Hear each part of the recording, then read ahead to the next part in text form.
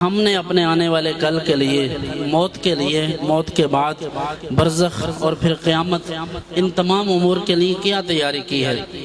حضور اکرم صلی اللہ علیہ وآلہ وسلم، آپ کے اصحاب کبار رضوان اللہ علیہم اجمعین کی زندگیاں دیکھیں، جنہوں نے حضور کے سامنے ہوتے ہوئے، حضور کے معیت میں جنہوں نے روزے رکھے، جہاد کیے، حضور کے پیچھے نمازیں پڑھتے رہے، ان کی وہ امیدیں نہیں ہیں جو ہماری امیدیں ہیں آج۔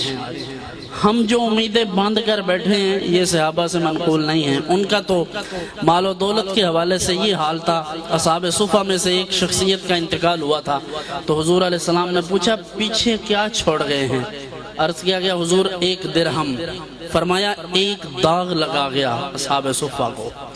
حضور علیہ السلام نے تو مال کی اتنی مذمت فرمائی، لیکن ہم مال حرام یا حلال طریقے سے کسی بھی طرح حاصل کر لیں، ہمارا سٹیٹس اچھا ہونا چاہیے، بھلے مال کیسا بھی ہو۔ ہمیں ویسے بھی یہ عادت ہے کہ ہم ہر کام کرنے کے بعد مسئلہ پوچھتے ہیں۔ علماء کے پاس بھی لوگ آتے ہیں، حضرت بتائیے 3 طلاقیں دے دیں اچانک، اب کیا کریں؟ اب کیا کریں؟ دے دیں تو دے دیں۔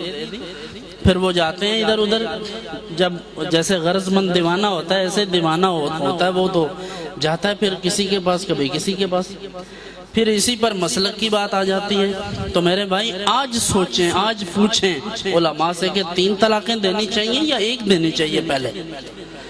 پہلی بات تو یہ ہے کہ ہمارے ہاں تربیت کا فقدان ہے۔ وہی بچی جس کی وجہ سے یہ طلاق کی نوبت آتی ہے، اگر اس کی اچھی تربیت ہوئی ہوتی تو آج یہ نوبت نہ آتی۔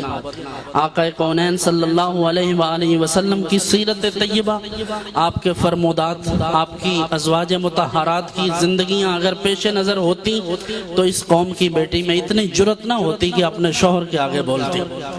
20 سال 25 سال وہ ہمارے گھروں میں رہتی ہیں بچیوں کو جب ہم رخصت کرتے ہیں تو پھر ہم ہاتھوں میں سونا پہناتے ہیں، گلے میں بھی سونا پہناتے ہیں۔ کبھی سوچا کہ ان کے ہاتھوں کو تو ہم نے خوبصورت بنا دیا، یہ زیور پہنا کر، یہ ایک زینت ہے، تو کبھی ان کا دل بھی حضور کی محبت سے بھرا تھا؟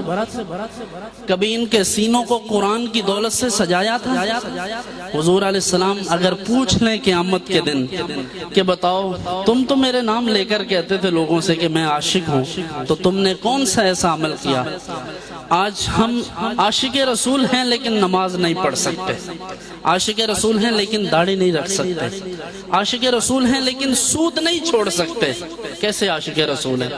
پھر دعویٰ یہ ہے ہمارا کہ ہم جتنی محبت ہم کرتے ہیں کوئی کر ہی نہیں سکتا۔ غلامی رسول میں موت بھی قبول سے پیچھے تو ہماری بات ہی کوئی نہیں، ہمیں تو داڑھی کے 4 بال قبول نہیں ہو رہے ابھی۔